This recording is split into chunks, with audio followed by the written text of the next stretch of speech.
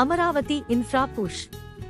ఇది నిజంగా సంపద సృష్టించే అవకాశం, లేదా ఇన్వెస్టర్లకు ప్రమాద సంకేతమా? ఆంధ్రప్రదేశ్లో మళ్లీ అమరావతి ప్రాజెక్ట్ వేగం పెరుగుతోంది. రోడ్లు, బ్రిడ్జులు, గవర్నమెంట్ బిల్డింగ్స్, భారీ ఇన్ఫ్రా ప్లాన్స్ రెడీ అవుతున్నాయి.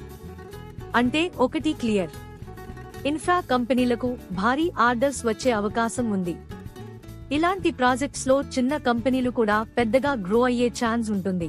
₹50 ఒక ₹100 స్టాక్స్ కూడా సడన్ గా స్పాట్లైట్ లోకి వస్తాయి. కానీ ఇక్కడే అసలు కథ మొదలవుతుంది. ప్రతి ఇన్ఫ్రా బూమ్ వెల్త్ క్రియేట్ చేయదు. కొన్ని కంపెనీస్ ఆర్డర్స్ అనౌన్స్ చేస్తాయి, కానీ ఎగ్జిక్యూషన్ వీక్ ఉంటుంది. రెవెన్యూ పెరుగుతుంది, కానీ ప్రాఫిట్ మాత్రం రావడం లేదు. డెట్ కూడా పెరుగుతుంది. ఇంకో విషయం, గవర్నమెంట్ ప్రాజెక్ట్స్ అంటే డిలే అవ్వడం, పేమెంట్స్ లేట్ అవ్వడం కామన్.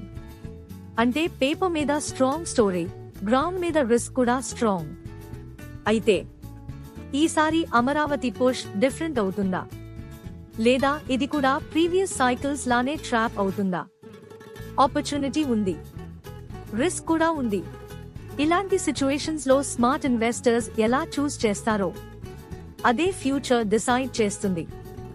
మీరు ఎంటర్ అవ్వడానికి ముందు ఒకసారి ఆలోచించండి.